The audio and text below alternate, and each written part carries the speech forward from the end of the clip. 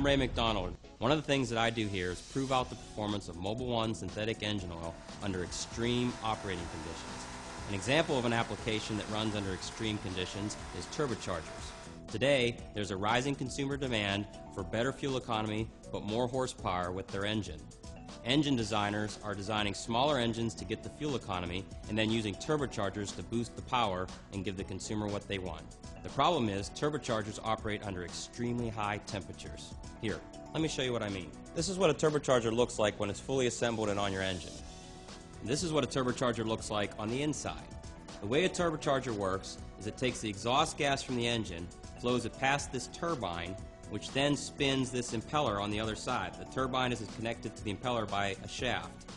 The intake air to your engine flows past the impeller, and as it does, it's compressed, and the compressed air is delivered to your engine, giving your engine more power. Now this shaft can spin upwards of 200,000 revolutions per minute, so it's absolutely critical that the motor oil get to that shaft and lubricate it properly when the turbocharger is operating. The problem is, because it's exhaust gas that's driving this turbine, the internal components of the turbocharger and the oil can get exposed to extremely high temperatures and form deposits over time, which ultimately can cause the turbocharger to fail. Here, let's go see exactly how hot a turbocharger can run. Behind me, in this test cell, we have a high-powered 4-cylinder engine that's equipped with a turbocharger, just like the one I just showed you.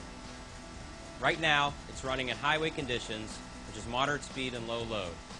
But we're going to ramp it up here to 5,000 RPM and 275 Newton meters, which is equivalent of racing type conditions or some type of driving you might see on the Autobahn. Under these type of conditions, exhaust temperatures can exceed 1,600 degrees Fahrenheit, which is almost 900 degrees Celsius. We have a camera inside to show you exactly what happens to the turbocharger under these type of conditions. What you're going to see is as the speed and load increase, the turbocharger is going to begin to glow red.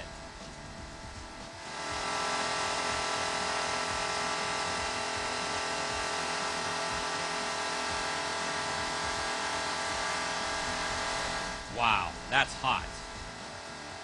Alright, let's go back to the shop and take a look at these turbochargers and see what happens to them under these type of conditions. One of the most critical components of a turbocharger is the bearing in which the shaft spins.